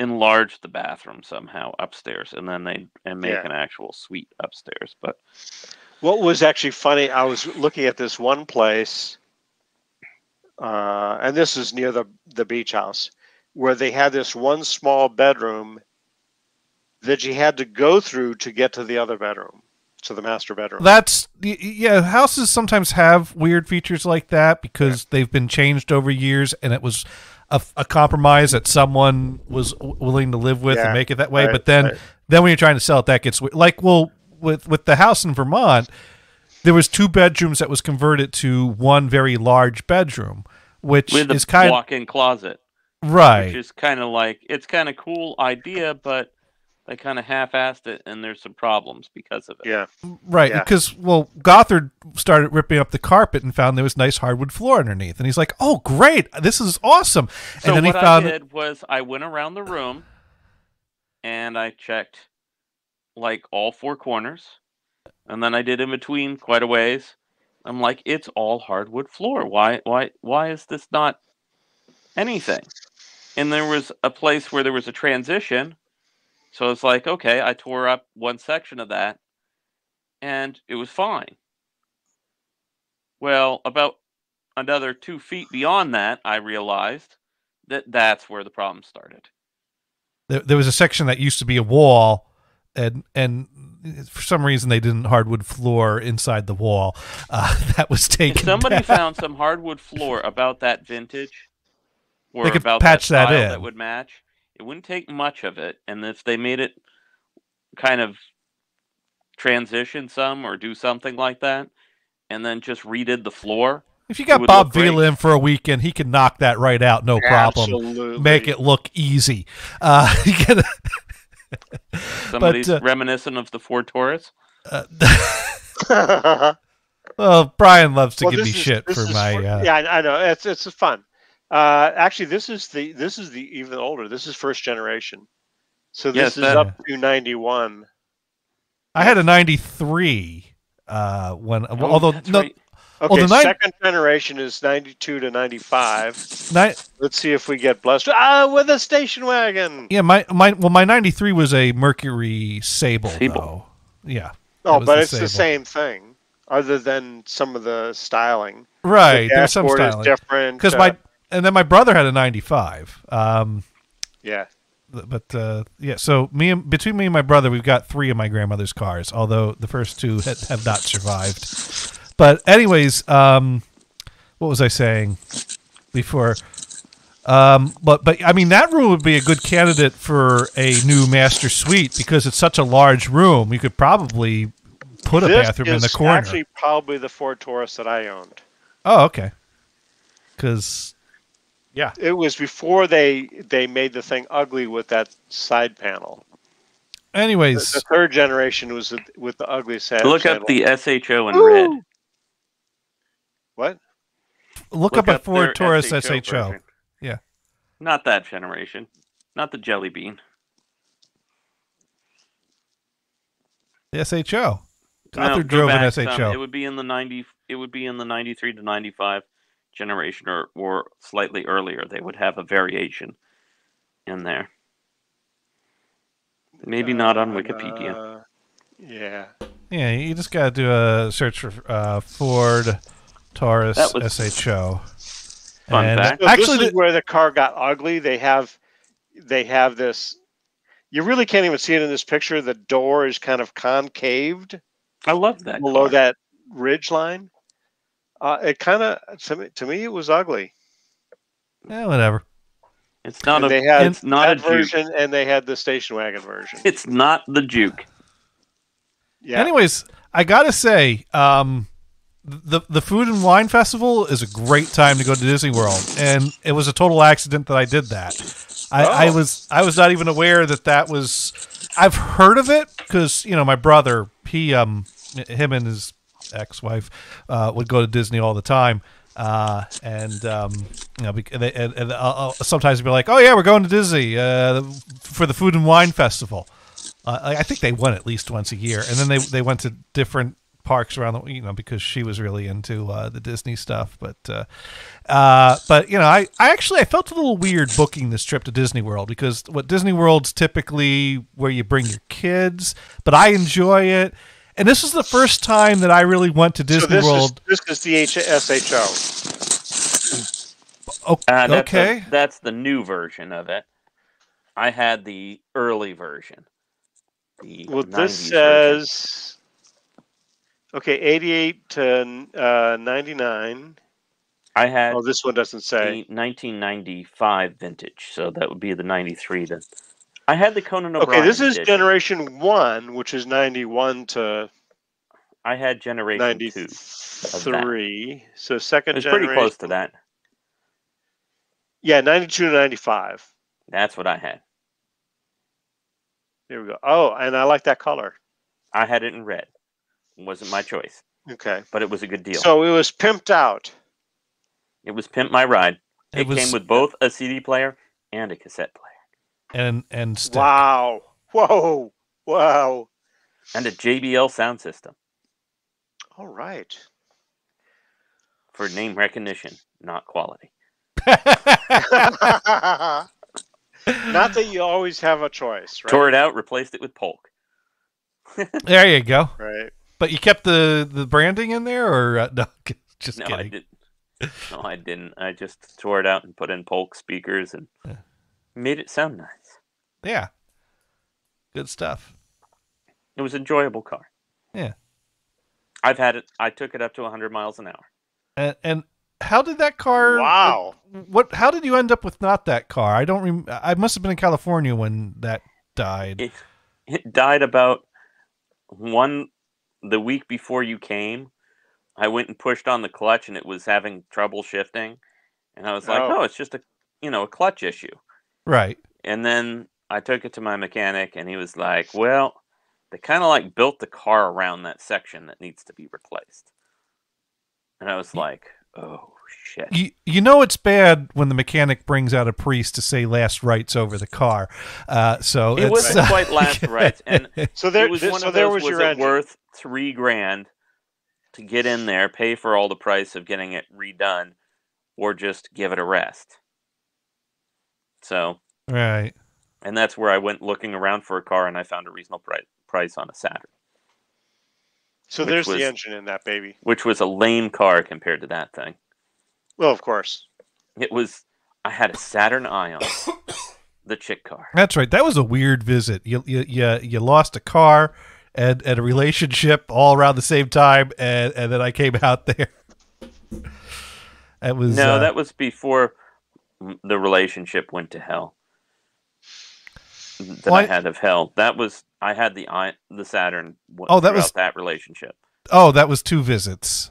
They all kind of blur together at some point. Yep.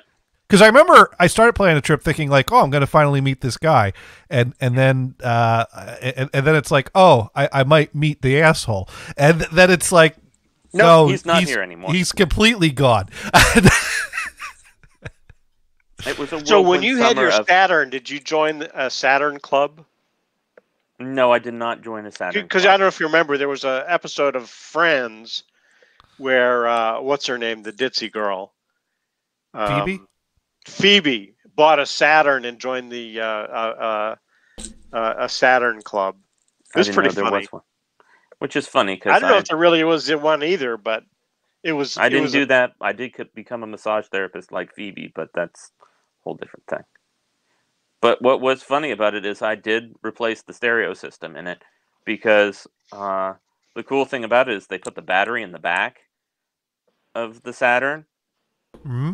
So it was next to the spare tire, and there was this nice little pocket of space that was just dead space back there. So I put in a subwoofer amp in the dead space, which was right next to the battery, which I only had to have about a foot of cable for. So it tapped right off the battery nicely. That's convenient, yeah. Just ran a cable to the back, replaced all the speakers, once again, with Polk speakers. Hopefully Polk will send me some speakers. Thank you. Yeah. Please. Yeah, I got my all Polk speakers. Yeah, I got Polk speakers running the Atmos theater downstairs. A 10-inch Infinity sub in the back that really thumped. And because it was plastic body panels, it didn't deaden the sound to the outside as much as other cars. So when I would pull up somewhere and I'd be listening to something loud and in surround sound, most people would look at the car and they're like, this is a chick car. And this does not make the sound some girl would have in this car. It always got weird looks. Like I drive up and it would be like pounding bass music every now and then. And you'd get this look of somebody like, that just does not add up. Yeah, something's off there. Yes, and we're sponsored by Polk Speakers. Yes. Please send us more free speakers. Keep it on there, man. We want them to see it.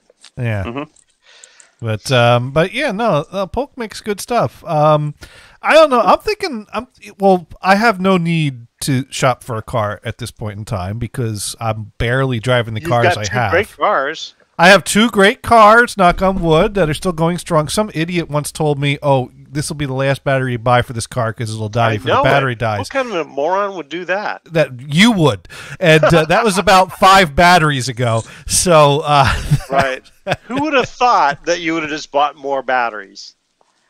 Yep. Clearly, Apple doesn't expect you to buy batteries to keep a product lasting longer.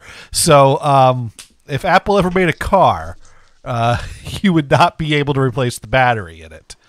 Right. But instead, you replace the device. You'd buy a new car every year if Apple made a car. So, at this point, well, heck, even when I was going into the office, I wasn't driving as part of my commute. I've been taking the train, so I've got 2 cars that sit in my driveway most of the time that just get me to the grocery store or get me to, Maine or Jersey to visit friends or family. That's the other thing. Yeah, you're welcome to come down here, but I'd love to see the place up in Maine sometime. I don't know how things are or how chaotic things are or because I know, it's a crazy time for people that work in the health industry. Yes. So I'll just leave it at that. But anyways, I'm probably not going to need a new car for a while, but if I did, I believe Acura makes cars with surround options built into them, which is what I would seriously consider buying if I need to buy a car, because you can't replace. Now you buy a car, it has like the GPS and everything and the computer and all that built into it, and there's no good option to replace that. No, it's so integrated now. It's so integrated. Yeah. So I at this point, a lot of people on the quad forums, that's the reason why they buy Acuras, because then you can, rip your surround material to 5.1 multi-channel FLAC files, put them on a USB key, and there's a USB port in the car that you plug it in, and there you go, surround sound off your USB key, which is even more convenient than all the DVDs I got to burn to listen to surround in the car. Because at this point, I even ripped my SACDs to DVD for the car, because like for sometimes the Sony SACD player for the car, I don't know if you notice this, but it doesn't transition between gapless tracks properly on the CD, shit. On the CD or the SACD. But it transitions gapless tracks perfectly fine on DVD. Well, there it is. Yeah. So I've been, plus also I can fit multiple albums onto a single DVD. So, it's that makes that easy as well. Well, anyway, I don't know what will be my next car. The Volkswagen is fine for now. Yeah, same. I mean, my Fords are fine. I'm thinking maybe just for a last gasp is just to get a GLI just for the fuck of it, just so that I have a sports car again. Maybe I'll put that Ford Quadraphonic 8-track deck into my next car. For Brian's furrowed brow, he knows what a GTI Golf is. Oh, yeah. The GLI is the sedan version of it. And because it's less known, it's less looked at as like, oh, that's the sport car. But it's just like a norm. But you don't have the crunched hunchback look to it. Right. I don't like a hunchback. I get it. Yeah. I'm not in the mood to own a hunchback. I don't have one. I don't like people looking at the stuff that I keep in my trunk. I don't want people looking at the junk in my trunk. So you said you got your SHO to 100 miles an hour. Yeah. So my GPS I could have gone faster, but the tires were rated Nissan for 95. So I was like, I don't want to have a blowout at 110. Okay, so I have a Nissan Xterra, which is a high SUV. Mm-hmm. Right? The GPS, it's actually a Garmin in my vehicle, has the highest mile set at 100 miles an hour. Yes. That means I think the wheels were still on the road. Yeah. Because it's so high, you kind of go, I don't want to go any faster than that. I'm going that high because the road was dead straight. Wow. Yeah, that's basically what I did. Took it up in a straightaway, got it to 100 for about 2 seconds, and went, check, did that. Done. Yeah. Yeah. And I would have gone a little faster, but like I said, the tires I bought at the time, I remember buying them, and they're like, oh, well, they're rated up to 95 miles an hour. You want them any faster? I'm like, no, I shouldn't need that. And then I was like, wait a second, maybe I shouldn't go that fast. Right. Yes, and I set it on Route 1. There we go. Anyways. I literally passed, I think, every cop in Bucksport. Wow. When they were building the bridge. And I was like, before I took off, and I was like, it's a Sunday. There are 35 there were like 10 cop cars over there. There can't possibly be another cop car on duty in this county. And the thing is you had a red car when it was a red car, right? Right. Yes, I did it. Yeah. And you did it in a red car. I mean, sometimes they just pull somebody over just because he has a red car. I'm surprised. I would not have, if you asked me to guess where you pulled off the 100 mile an hour, I would not have guessed Route 1. I mean, there's between Bucksport and Stockton Springs. I guess, yeah, that would work. There's a few straightaways there. Yeah. And I was just like, I was in the mood that day, and it was a day like, just random day like this, and I was like, fuck it, I'm going to do it. I don't, but anytime I drive Route 1, I always inevitably get stuck behind some stupid slowpoke. Well, that was the key to it, is they were rebuilding the Verona Bridge. So a lot of people were bypassing it. Ah, you were on the other side. To go up to Bangor during that time. So there were a lot of people bypassing that section of road.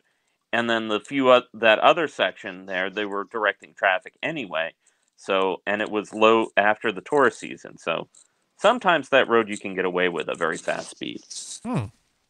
Cool. When COVID hit, everyone drove that road at about 65, 70. Yeah. Even though it's rated 55. Well, speaking of transportation. And I saw no one get pulled over. Speaking of transportation, after talking pretty much not at all about my Disney trip, the only hiccup I had was getting home, which I guess... after drinking too much alcohol. Yeah, well, no, actually, I drank just enough. I felt great. You didn't hiccup at all? No hiccups.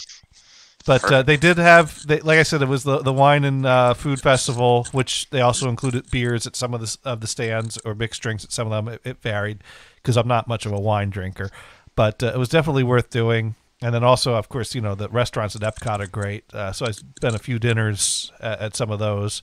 My favorite's still the Coral Reef restaurant. But yeah, it was a great trip, great week. Very very enjoyable, very busy. And of course now I'm like, oh my God, that was great. I got to go back. But I'll probably give it a few years. Although I realize it's been nearly 10 years. It's actually been 9 years since we last went there. Because last time I was at Disney World was for my brother's wedding. That was 2012. Yep. So yeah, right after Sandy came through. And that was another fun trip. But this was, all my trips to Disney have been fun in their own way. But this one was another one of a unique trip in that it was the one time I went to Disney World, just myself and Kristen, wasn't there for any like class trip or family event or anything like that. So it was really just the two of us at our own pace, whatever we want to do. And it was great. Had a great time. By the way, 2012 was that summer that like, oh, I'm going to visit Seth's boyfriend. That was that visit. Yeah, that's right. Because then we went and that was the year I didn't get to Jersey because all my family, or most of my family, was I hung out with in Florida for the wedding, and then I actually stopped by and visited Chris. I think that was the time that we went and spent some time with Kristen's grandparents in Virginia, and then I flew up to Maine. Kristen flew to Connecticut. And, I visited you, Kristen visited her family. And after a few days, I went down, spent time with Kristen and her family. And then we went back to California. And that was a nice visit. That was, I still remember the most, and I keep saying this, I had no problem with this. I think this is just mildly amusing or funny, was that, since you had gotten out of that relationship, I have dinner with you and your parents, and your mother, was not a fan of that ex of yours. It was very funny too. Yeah. And like, thank God he's gone. And she was like that. And then she makes a comment like, and I always liked you better anyways. And I'm like, thank you, but it wasn't that. She knows it wasn't that kind of relationship. Right? I mean, there was, which I mean, I knew that she knew. It was a weird a comparison. I just found it amusing. It's like, thanks, but it wasn't that kind of a. Now we gone to Disney World. Yeah. So the only problem I had was getting home, which it's better to have a problem getting home than getting there, because like I flew out there Monday morning and I had park hopper tickets to include Monday, so any delays getting to Disney World would cut into my Disney fun time. So I had a 8 o'clock an 8:30 flight out of Orlando Saturday morning. I did Disney Monday through Friday and just stayed there the extra night to get the flight Saturday to make sure I got a full day in Friday on my last day there. And so, Disney pretty much arranged Disney has airport transportation, although that is ending at the end of the year. Next time I go to Disney, I'll have to get my own transportation from the airport to the park. What? But, yeah, Disney is ending the airport shuttle at the end of this year. Well, then there's no reason to go use their facility. Well, once you get on the facility, they still have the buses to their parks. How do you get to the fucking place? You have to rent a car or take an Uber. Well, you can take an Uber. I'm sure an Uber from the airport to Disney isn't that bad. I mean, it's an inconvenience, but how long is the ride from the airport to the Disney property that you were at? It's probably less of a ride than the Uber was from my house to the airport. No. How much? What was the ride? Half hour? 15 minutes? Let me. He's Googling what it would be for an Uber. How long did it take? 24 minutes. Not that long. Yeah. And they are picking up a lot of guests there. So what's the problem with them? I don't know. I'm not on their board. I did not. I would not make that. I think it's a decision. I think it's a stupid decision, but who knows? Maybe they'll bring it back, and by the next time I go there. All I know is that's not a deal breaker for me, because as long as I still have, I will say that if you're going to do Disney, do one of the resorts on the park, because it is especially it's a Disney vacation is not a relaxing vacation. It's a busy vacation, and being able to take a bus to your room. And then a bus back to the park in the middle for a midday nap is a huge pro. Because I like to be on vacation waiting for a fucking bus. Oh, well, you're an old man that doesn't like anything. So, but Brian, tell me you don't want to take a nap in the middle of the day when you're doing a lot of walking around all day long. I'm just saying, right. It's nice to have the option to easily get back to your room and take a little midday nap before you hop to another park. So the shuttle service won't exist. So to get back to your room, you'll have to take a bus. No. The only shuttle that won't exist is the shuttle between the park and the airport. All the buses between the different parks and the on-site resorts, those will all still be running. It's just the ride. The initial ride there from the airport, and then anyways, point is I had the bus to the airport, which I had to get up at like 4:30 a.m. in the morning to catch the 5 a.m. Shuttle bus to the airport. The night before, I got an email from JetBlue warning me that my 8:30 flight has been delayed to like 9 o'clock. And I'm like, half-hour delay, that's not too bad. That's a minor inconvenience, but okay, whatever. We get to the airport, we get to our gate, and it still says it's delayed to 9 o'clock. And then at some point, as it gets closer to the time, they start making announcements. Well, we're still listing a delay to 9 o'clock, but we don't really know how delayed we're going to be because we still don't have a crew. We have a pilot, but we don't have a crew. And we're trying to find a crew, but they've not found one yet. And every time they gave us an update... You should have just raised your hand. Hey, I'll be the crew. Yep. Let's go. Well, I don't think I have the proper safety training for that. So, that's really hard. Actually, yeah. No, that's the reason the crew is there, is because they have safety training to deal with emergencies and things like that. Well, obviously you weren't looking for a job with Larry Air. Larry Air? Schitt's Creek. Okay. That was hilarious. Larry Air. Oh God, that was hilarious. Well, anyways. So then it almost existed, but it didn't. So So then they delay us to 10, but they still don't have a crew. So that delay means nothing because they really don't know. They're just, at this point, they're just throwing out numbers that are, you know, further out while they're still trying to find a damn crew. And I'm like, wait a minute. I booked these tickets in May. This flight has been scheduled for months. Why did they wait till the night before to realize, air travel. Oh shit, we don't have a crew for this flight. So welcome to air travel. I mean, they have one job. And they can't do it. Welcome to air travel. So that's why people think that the high-speed train will be better. Are you shitting me? Well, welcome to high-speed train. It could be. Well, it depends on the circumstances. But anyways, so finally they found a crew. They were flying out of JFK. They still had basically we did not get off the ground till noon. Yay! Yeah. So there we go. We got off the ground around the time we were supposed to be landing. Is what happened. And so anyways, I didn't have a set plan to get home from the airport because I took an Uber to the airport because parking in Boston Airport, I didn't even want to look at how stupid that price was. Although an Uber to the airport wasn't cheap neither. You know, it was $90 and once you add the tip in. But, you know, whatever. So I was like, okay, I have two options. And I didn't take specification, right? I could have taken the train and the bus to the airport, but the train and the bus would have got me to the airport with about a half-hour time to spare, which means if the MBTA fucked anything up, they would have made me miss my flight. And I trust the MBTA about as far as I can throw them. So I said, hell the fuck no. Am I trusting you with this? I'll take Uber. And the Uber, funny thing, they'll let you like arrange an Uber ahead of time. So I arranged like a 4:30 a.m. Uber a few days before. And sure enough, someone picked it up. So at 4 a.m. I wake up, I put pants on, I brush my teeth, throw my toothbrush in my bag.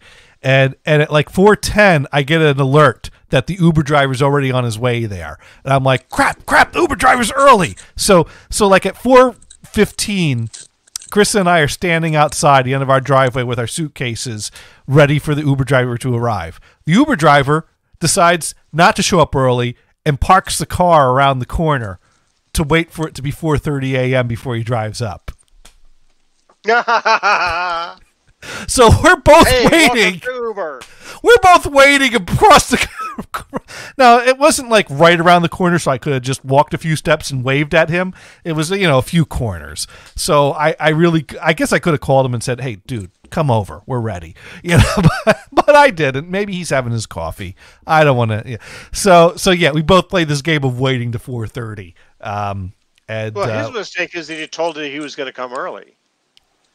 Well, the Uber app automatically lets you know and shows you GPS when the driver's on his way. So he didn't want to let us know he was going to get there early. He just decided to get an early start and park and show up on time so as not to rush us. The thing is that the app inconveniently let us know that he was on track to be there early if he didn't park. It's a little awkwardness. What you probably should do in the future, note to self, if you see that he's getting there early, just let it happen. The guy says, "Okay, we're ready for you anytime." Right. I should have called him, but I didn't. Anyways, maybe he was getting coffee. You're just saying, "Hey, I'm ready." Minor inconvenience, whatever. And I got a Starbucks for you. Far better than the experience trying to get home, because the airport has set up the Uber pickup point further away from anything else. You got so you got to walk out a few blocks into the parking garage to get to their designated Uber pickup spot. Right. So we walk all the way out there. Now, mind you, I wonder if the taxi cab union had anything to do with that. Well, the taxis are also out in the parking garage, but they're one block closer. So the taxis aren't doing too good either.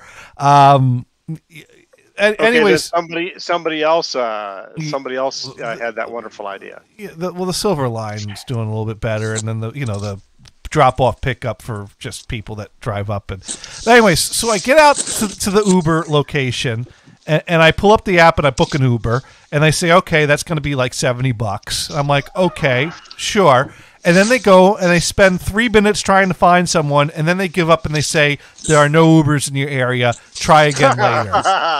And they bring you back to the page to book an Uber, and they jack the price up to like $96 if I want to try again. Yeah. And it's like, fuck you. We had a deal. We had a deal at $70. You keep trying to find a driver till you find a driver at $70. Don't give up and jack up the price. That is so unethical. Do you ever use Lyft? No, but I imagine they're about the same. Well, I mean, that's where you go compare. You just dropped me, and I have to rebook. I'm going to go rebook on Lyft and see what they offer. I'm running out of app space on my phone. I don't have a Lyft account. Run out of app space? What the fuck is that? We don't have time for this. Anyways, so at this point... I thought we were having a conversation. Well, yeah, but we're past time. So I don't have a Lyft account. I would have had to have signed up for a Lyft account from my phone while standing out there in the middle of the parking garage and all that. And speaking of a bag of dicks, Uber is a bag of dicks. Yeah. So this is a good excuse when you got a minute. Sign up for a Lyft account. Next time I go to Disney, I'll sign up for a Lyft account. Anyways, but I already had a backup, which was to take the Silver Line to South Station and catch the 4:20 train back to Attleboro. Of course, the thing is at this point, Kristen's feet are covered in blisters. So, getting and we want to just get home. We don't want to wait around an hour at a train station for a train and then have to walk. And I don't blame you, but have to walk down the street. To go with. But I tell you, 2 train tickets is $22 versus the $70 Uber that they decided was not enough, that they had to jack it up to $90 to even try again. Double fuck you, Uber. So that's why I sent out multiple all caps tweets to Uber, because anyone that makes my wife cry is going to get a whole lot of fuck yous from me in all caps. And you didn't, and you don't want to mention your tweet to JetBlue. Well, I mentioned that delay, but that was not nearly as bad. You didn't mention them by name. I said not JetBlue. Sponsored by JetBlue or Uber. I said from the start it was JetBlue. Oh, I don't remember that. Yeah, no. I mean, I knew it was, but I don't remember saying. But at least JetBlue sent me an apology email and a $50 credit on my next flight within the next year that I'll never use. Yeah, I'll never use that. Use it? When am I going to fly within the next year? Is it transferable? To what? To another person. What do you think? I love those hollow. I don't think so. But that's still, you know what? If the Uber thing didn't happen, I'd still be angry at JetBlue. But after Uber screwed me the way they did, JetBlue comes out smelling pretty good. A few hours delay waiting at an airport is far better than leaving me stranded at an airport to go fuck myself. Sure. So anyways, we need to find someone to raid is what we need to do. Yeah. So let's see who's live right now. Let's see. The Sushi Dragon is live. We got the Gek is live. Ray Rachel's doing some body painting. Let's see if we got any musicians playing right now. Ellie Mac Music. Ellie, yeah, we haven't rated her in a while. Oh, you know what? Fantastic Plastics are live. Oh, they are fun. Them on my list. They are fun. They're kind of like Devo. And they're plastic. And they're plastic. They're Fantastic Plastics. Yeah. Fantastic. They are great. They're pretty popular. Also known as Tupperware. Yeah. Oh shoot! I gotta switch our stream over. Give me 1 second here. Be right back. To flip flop. What are they flipping the stream over to? Of these we played. I feel like I might be repeating stuff. Are they getting ready to leave? I hope not. But anyways, while we figure that out, we do need to talk about what have we learned here, because we do try to be educational here, and I think we've all learned a whole lot.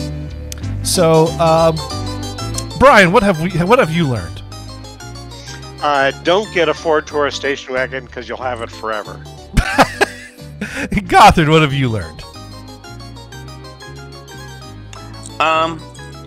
If you want to be the bottom, hire Uber. And I don't know if I've learned anything here today, but one thing I've learned in my time at Disney World is that the best way to get gators on a thrill ride is to put it in a dark room where you can't see what it is. Because I tell you, I love the rock and roller coaster, but if I could actually see that ride, there's no way in a million years you'd get me to sit on that. But I'll line up and I'll go on it like 2 times in a row if I can. But one real important question: yes, Did you see Mickey Mouse? Yeah, I saw Mickey Mouse. No pictures on Twitter with Mickey Mouse?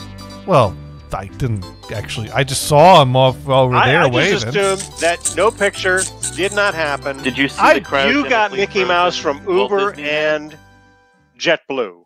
Okay, and what did you say, Gothard? No cryogenically frozen Walt Disney head on display? No. They don't bring. They only bring that out in special occasions. No. But yeah, closer to Halloween, right? But I tell you that is a great trick. Futurama. I mean, the Rock and Roller Coaster is pretty much the only roller coaster that will take you upside down that I will ever sit on. I tell you, it's kind of a bummer because I really enjoy that ride, and that roller coaster in the Animal Kingdom. I like that one too. And I'm like, gee, well, if I find some like good amusement parks nearby, maybe I can go on roller coasters more often. But the only thing we got here is Six Flags, and Six Flags have like the ultimate super. We got the highest drops. We got the Superman where you dang, and it's like I don't want that much of a thrill. I want just enough of a thrill. Good old fashioned wooden roller coaster. Well, I'm not a fan of wood. Too shaky. Oh, speaking of which, have you heard about this trend that the Mormons do called soaking? I only read about this today. No. Well, this has to do with wood and shaking, because apparently the Mormons found a loophole. Now, the old loophole? Catholic... What do you mean a loophole? Well, like, for example, the Catholic loophole is to go in the back door, right? Which does what?